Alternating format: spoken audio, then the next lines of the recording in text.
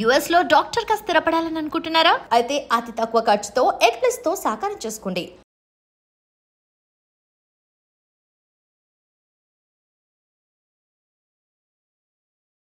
నిన్న నాకు డౌట్ వచ్చింది ఏంటంటే నిజంగానే మీరేనా నేనన్నా తప్పు వీడియో చూస్తున్నాను అనేది నా ఫస్ట్ డౌట్. లేదండి అంటే దానికి అలా కుదిరింది. అంటే నడక అది నాకు ఎక్కడో అంటే నడకలో దాంట్లో కనిపించదు, కానీ నాకు మోహన్ బాబు గారి నడక బాగా ఇష్టం. ఆయన ఒక స్వింగ్ ఉంటుంది ఆయన దాంట్లో. ఫస్ట్ వెళ్ళి వెంటనే ఇలా నడిస్తే ఎలా ఉంటుందని చూసాం. మనకి ఆయన విగ్రహానికి మనకి సరిపోదులే, కానీ మ్యాక్సిమం ఆయన ఒక వెలిని చేసినప్పుడు ఆయనకు ఒక ఇది ఉంటుంది, స్టైల్ ఉంటుంది. నాకెందుకు ఆయన వెలిని స్టైల్ ఇష్టం. అది మాత్రం మనసులో పెట్టుకునేవాడు. ఆయన చూపు కానీ అలా ఉంటే బాగుంటుంది. ఎందుకంటే దాని తర్వాత ఒక 2-3 షాట్లు చూసిన తర్వాత గాజీబాబాకి సపరేట్ ఉండాలి. ఓకే, అందుకని మీకు ఒకవైపే నవ్వుతాడు. గాజీబాబా సినిమా చూస్తే ఒకవైపే ఒక చిన్న నవ్వు ఉంటుంది. ప్లస్ చంపడానికి ముందు ఇలా చూసే చూపు ఒకటి ఉంటుంది. ఇవన్నీ ఇలా ఉంటే ఎలా ఉంటుందని 1-2 సార్లు అందరినీ కనుక్కొని ఇలా ఉంటే ఎలా ఉంటుంది, ఇక్కడ మ్యూజిక్ ఏమొస్తుంది, మనం ఎలా పెట్టుకుంటున్నాం మన మ్యూజిక్, అవన్నీ డైరెక్టర్ నేను కూర్చొని ఇలా చేద్దాం, గాజీబాబా అని చేద్దాం. This is not about Ravi. Ghazibaba ఎలా ఉంటాడు, గాజీబాబా ఏం చేస్తాడు, గాజీబాబా వెనకాల ఉన్నాడు, గాజీబాబా ఎలాంటి కత్తి పట్టుకుంటాడు, గాజీబాబా ఎలాంటి షూస్ వేసుకుంటాడు, వాడి నడక ఎలా ఉంటుంది, వాడి డెసిషన్ తీసుకున్న తర్వాత ఎంత కర్కోటకంగా ఉంటాడు, అవన్నీ పెట్టుకొని ఆ చూపుల్లో అది తీసుకురావడానికి నాకు రాదు. నాకు మ్యాక్సిమం నాకు కోపం వస్తే నేను బ్లాంక్గా ఉంటా, సైలెంట్గా ఉంటా. అదే ట్రై చేస్తాను సార్. దాంట్లో మీరు ఏమైనా చేయాలంటే చేయండి.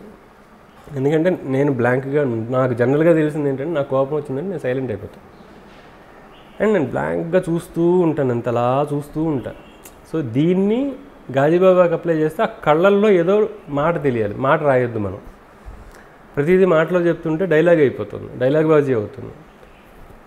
అలాగా ఇంత పెద్ద మ్యాటర్ చెప్పడానికి ఒక ప్లేస్ ఎత్తుక్కోవాలి. అందుకని అనీష్ కురువిల్లాకి నాకు ఒక సీన్ వేసి ఆ సీన్లో ఇవన్నీ మాట్లాడాం. దాంట్లో మేము ఆషిక్ అని ఒక అమ్మాయి పేరు ఉంది, ఒక అమ్మాయిని స్టోన్ పెల్టింగ్ టైంలో ఇంటర్నేషనల్ మీడియా, అఫ్సానా ఆషిక్ ఆ అమ్మాయి పేరు, స్టోన్ పెల్టింగ్ టైంలో ఆ అమ్మాయిని ఫోటో తీసి ఇంటర్నేషనల్గా ఆ అమ్మాయిని ఒక టెర్రరిస్ట్ అని ముద్రేశారు. అయ్యో, ఆ టైంలో ఆ అమ్మాయి స్టోన్ పెల్టింగ్ చేసింది, కానీ ఇండియన్ ఆర్మీ ఆ అమ్మాయిలో ఉన్న టాలెంట్ గుర్తించి ఆ అమ్మాయిని పిలిపించుకొని ఫుట్బాల్ టీంకి ఆ అమ్మాయికి ట్రైనింగ్ ఇచ్చారు. Okay, Jammu Kashmir girls football టీంకి ఆ అమ్మాయి కెప్టెన్ అండి. ఇప్పుడు రాజ్నాథ్ సింగ్ అన్న ఆయన ఫుట్బాల్ టీంకి వాళ్ళకి అకాడమీకి 100 crores ఇచ్చి ఆ అమ్మాయికి స్పెషల్గా తీసుకొచ్చి ముంబైలో ఇంటర్నేషనల్ ట్రైనింగ్ ఇప్పిస్తున్నారు. She is ready to represent India now. Okay, ఇది రాజ్నాథ్ సింగ్ ఆఫీస్ నుంచి, ఆయన ఆఫీస్ నుంచి మాకు వచ్చిన ఇన్ఫర్మేషన్ అది. సో అది తీసుకొచ్చి పెట్టాం. ఈ సినిమాలో మాకు అందరికీ ఆనందం వేసింది ఏంటంటే, ఈ సినిమా హిందీలో డబ్బింగ్ అయ్యి రిలీజ్ అయిన తర్వాత అఫ్సానా ఆషిక్ అన్న అమ్మాయి నెంబర్ తీసుకుని సాయి కిరణ్కి నాకు ఫోన్ చేసి మాట్లాడింది, థ్యాంక్ యూ అని చెప్పడానికి. సో మేము చెప్పింది ఏదే అబద్ధం కాదు, ఏది మీ ఎడ్రినలిన్ రష్ తీసుకురావడం చెప్పింది కదా, అవన్నీ నిజాలు. లేకపోతే ఆ అమ్మాయి బయోపిక్ తీస్తున్నారు ఇప్పుడు. సో ఆ అమ్మాయి మనకు ఫోన్ చేయదు. సో అన్ని నిజాలు మీ దగ్గర ఉంటే టెర్రరిస్ట్, మా దగ్గర ఉంటే స్పోర్ట్స్ పర్సన్. ఇదిరా ఇండియా గురించి ఇంతకన్నా ఏం చెప్తాం. అవును కదా. సో ఇంతసేపు అది కూడా ఆ సీను మేము పెట్టాలనుకున్నప్పుడు మార్నింగ్ 5కి వెళ్తే నెక్స్ట్ డే మార్నింగ్ 5 దాకా షూట్ అండి.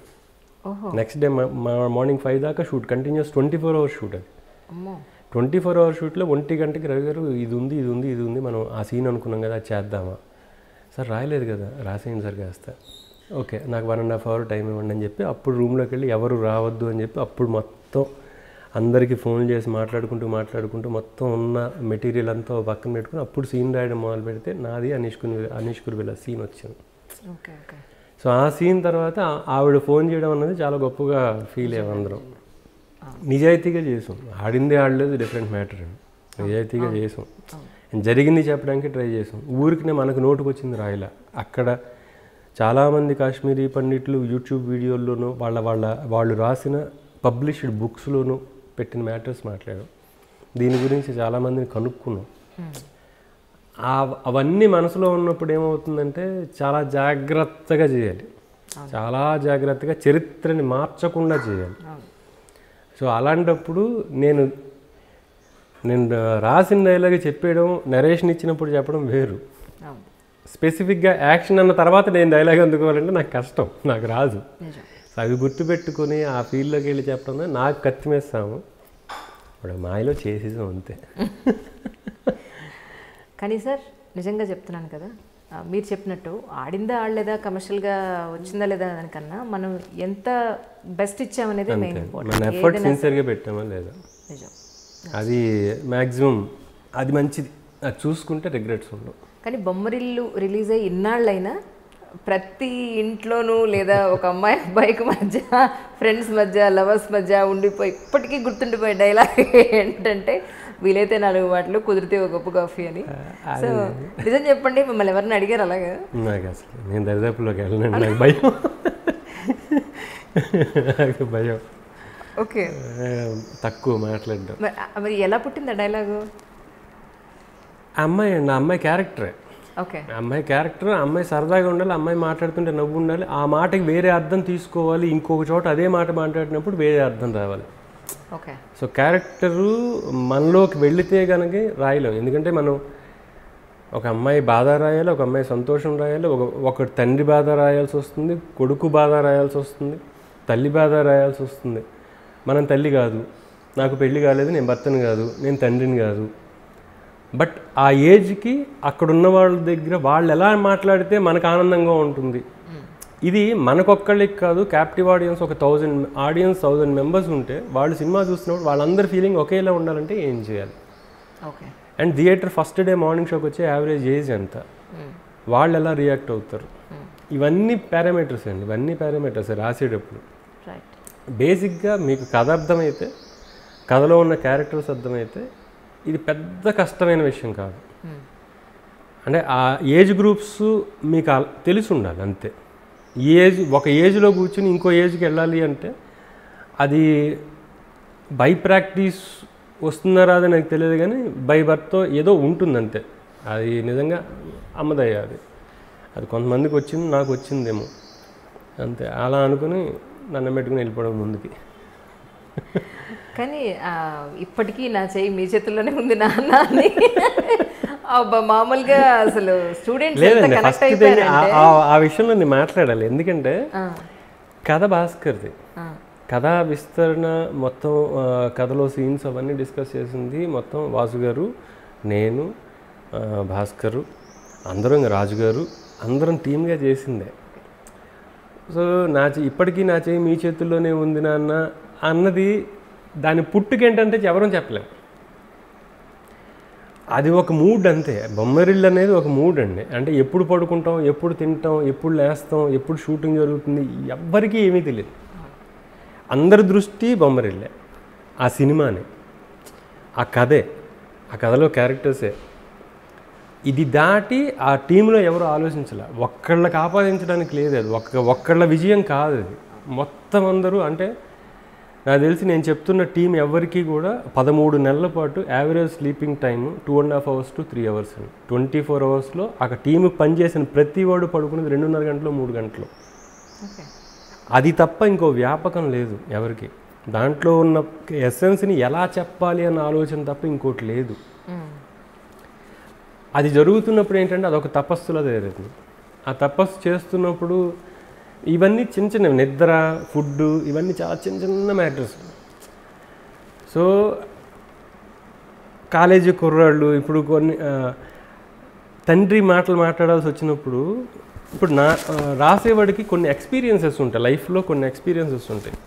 నేను చాలాసార్లు చెప్పింది ఏంటంటే, నేను చిన్నప్పుడు మాకు నెలకి 2 సినిమాలు అనుకోండి, నలుగురం. అంటే లేదు నాన్న కృష్ణ గారి సినిమా, నేను కృష్ణ గారి ఫ్యామిలీ, సో కృష్ణ గారి సినిమా రిలీజ్ నేను వెళ్తాను అంటే, లేదురా నీ కోట అయిపోయింది కదా అంటే, లేదు నాన్న ఇలా మీరు డబ్బులు ఇవ్వకపోతే నేను ఫ్రెండ్స్ తోటి వెళ్ళిపోతాను. వెళ్ళరా, అక్కడ నిన్ను చూసిన వాళ్ళు ఎవరన్నా ఆఫీస్కి వస్తే శర్మ గారి అబ్బాయిని అక్కడ చూశాను ఉంటారు. అదే నువ్వు 10th క్లాస్లో 9th క్లాస్లో ఏదైనా గిఫ్ట్ ఇస్తారు, నీకు ప్రజెంటేషన్ ఇస్తారు, నేను మీ స్కూల్కి వచ్చాను అనుకో, అక్కడ నా ఐడెంటిటీ ఏంటో తెలుసా, రవి వాళ్ళ నాన్నగారు శర్మ కాదు. సో నువ్వు ఒక్కడివి ఫ్యామిలీ కాదు. నువ్వు పిహెచ్డీ చేస్తావురా, ఈ సందులో ఉన్న వాళ్ళందరూ నాకు వచ్చి కంగ్రాచులేషన్స్ చెప్తారు, నేను చదవలా. అదే నువ్వు ఒక అమ్మాయిని తీసుకుని లేచిపోతావురా, ఈ సందులో ఉన్న వాళ్ళందరూ నన్ను వెలేస్తారు, నేను తప్పు చేయలే. అంటే నువ్వు ఒక్కడివి ఫ్యామిలీ కాదు, నేను ఒక్కడిని ఫ్యామిలీ కాదు, మనందరం కలిస్తేనే ఫ్యామిలీ. ఇదే మాట అరవింద్ అంటే నేను ఒక్కడిని కాదురా, మీరందరూ కలిస్తేనే ఈ అరవింద్ అంటే. సో ఈ ఎక్స్పీరియన్సెస్లోంచి కొన్ని మాటలు వస్తాయి వాళ్ళలోంచి. అంటే మాకు రాసేటప్పుడు కూడా ఒకప్పుడు వీలైతే 4 మాటలు అన్నాడు, ఇప్పుడు అసలు మాట్లాడద్దు అంటున్నాడు. అంటే వాళ్ళ ఫస్ట్ మీటింగ్ నుంచి ఇప్పటిదాకా ఉన్న గ్రాఫ్ ఏంటి చెప్పగలగాలి. అట్ ది సేమ్ టైం ఒకప్పుడు మాట్లాడడానికి ఫోన్ చేసేవాడు, ఇప్పుడు తిట్టడానికి ఫోన్ చేస్తున్నాడు. అంటే ఆ ఒక సాంగ్లో వాళ్ళు మాంటేజెస్ ఉంటాయి, అప్పుడు మాట్లాడడానికి ఫోన్ చేస్తారు, ఇప్పుడు తిట్టడానికి ఫోన్ చేస్తున్నాడు. ఇది తెలుసు ఆడియన్స్కి.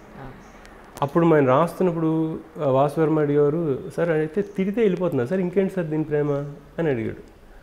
కరెక్ట్ కదా, ఈ క్వశ్చన్ వస్తుంది కదా.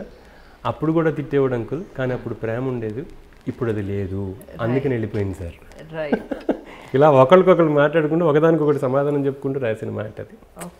సినిమా మొత్తం అలాగే ఉంటుందండి, ఆ జర్నీ అంతా. లాస్ట్లో ప్రకాష్ రాజ్ వచ్చి సారీ చెప్పాలి, మేము సారీ చెప్పేసాము, క్లైమాక్సింగ్ ఇంకా రావట్లేదు సరిగ్గా, ఓకే అయిపోయింది. వాసు గారు కూర్చొని రవి గారు అక్కడైతే సారీ కన్నా థ్యాంక్స్ చెప్తే బాగుంటుందేమో అనిపించిందండి అన్నాడు. థ్యాంక్స్ చెప్పడం అనిపించేది కదా సార్, ఏంటి ఏం మాట్లాడుతున్నారు మీరు? నేను పక్కకి వెళ్ళిపోయా, కాదు సార్ థ్యాంక్స్ చెప్పాలి, మీరు చెప్పించగలరు అని చెప్పి అడుగున్నారు ఆయన. అబ్బా అనుకుని రాస్తే ఆల్రెడీ ఓకే అయిపోయిన సీన్ అది. సారీ అమ్మా, థ్యాంక్స్ అమ్మా అంటాడు. ఏంటి సారీ చెప్పాల్సిన వాడు థ్యాంక్స్ చెప్తున్నాడని చూస్తున్నావా? నువ్వు ఆ ఇంటికి రాకపోతే సిద్ధు ఏంటో మాకు తెలిసేది కాదు, నువ్వు ఆ ఇంటి నుంచి వచ్చేయకపోతే నేనేంటో నాకు తెలిసేది కాదు. టోటల్ సినిమా ఈ 2 మాటల్లో ఉంటుంది. ఇది వాసు గారు నన్ను ఆ ప్రశ్న అడగకపోతే, మీరు రాయగలరు అని ఉండకపోతే ఈ మాట నేను రాసేవాడిని కాదు. అందుకే నా విజయం ఒకళ్ళకి ఆపాదించడానికి వీలు లేదు ఈ సినిమాకి సంబంధించి. అదే భాస్కర్ దగ్గర ఉన్న ఒక ప్లస్ ఏంటంటే అతను ఎక్స్ప్రెషన్ తీసుకోవడంలో అద్భుతంగా తీసుకుంటాడు. ఆయన ఒకవేళ హాసిని క్యారెక్టర్ చూసినా కూడా భాస్కర్ ఉన్నవాడు ఆయన యాక్ట్ చేసిన దాంట్లో కొంత పర్సంటేజ్ యాక్ట్ చేసింది అమ్మాయి, 70% యాక్ట్ చేసిందేమో హాసిని క్యారెక్టర్ అనిపిస్తుంది తను యాక్ట్ చేసి చూపిస్తే. సో తనంత బాగా తీసుకుంటాడు, అది మాత్రం ఖచ్చితంగా చెప్పుకోవాల్సిన ఇది అది. ఎందుకంటే తనకేం కావాలి అన్నది తనకు క్లారిటీ, ఈ క్యారెక్టర్ ఈ ఎక్స్ప్రెషనే కావాలి నాకంటే, ఇలాగే ఉండాలి అని చెప్పగలడు. అలా అందరితోనూ మాట్లాడుకుని చేసింది అది.